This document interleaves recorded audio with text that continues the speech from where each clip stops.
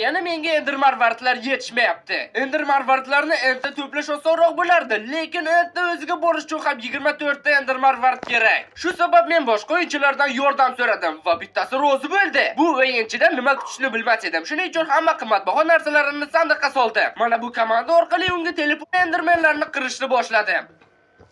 Yoki ular meni. Lekin birdaniga endermenlar paydo bo'lishdan to'xtadi. Bunga sabab esa yaramaslar hamma yerda paydo bo'lib olgan. Menda blok ham kirka ham bo'lmagani uchun Nether qaladagi o'yin nuqtasini yo'q qilib, endga o'rnatishga majbur bo'ldim. Ya'ni Blazer qalasini boshqatdan qidirishga to'g'ri keladi. Lekin endi men endga xohlagan vaqtimda kela olaman.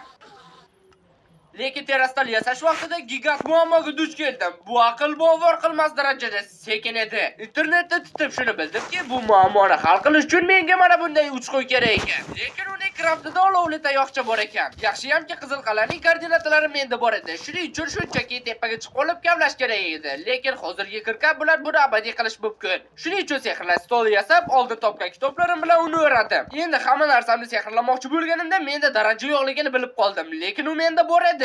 Juda ham ko'p. Shunchaki serverga kirib chiqish kerak ekan. Kimga qiziq bo'lsa aytaman, bu darajalar bajarilgan questlar evaziga berilgan. Bir yo'li o'zimga ajoyib qilich ham yasadim va uni ham sehrladim. Shunchaki shedevr bo'ldi. Baraka sehri 3, o'tkirlik 4, raqibni yo'qish 2. Birinchi martada bo'lmasa ham boshqa narsalarni ham ajoyib sehrlab oldim. Aytgancha, esingizda bo'lsa, ent olamini ochish uchun 24 ta ender marvarid kerak edi. Shuning uchun men birinchi o'shalarni to'plashga qaror qildim. Shunda menda ham Netherga ham entga kirish imkoniyati bo'ladi. Yetadi. Bu vaqtga kelib mana shuncha daraxt to'plagandi. Siz yana qizil daraxtlarning bari ko'mirga aylanayotganini hisobga oling. Mana ko'pligidan hatto ikkita tarqatuvchi ham eplay olmayapti. 30-35-kunlar. Aytgancha bazada bitta olovli tayoqcha bor ekan, lekin bu bitta donasiga yetdi. Menga hech bo'lmasa ikkita kerak bo'ladi. Bunday kirka bilan bu muammo bo'lmaydi.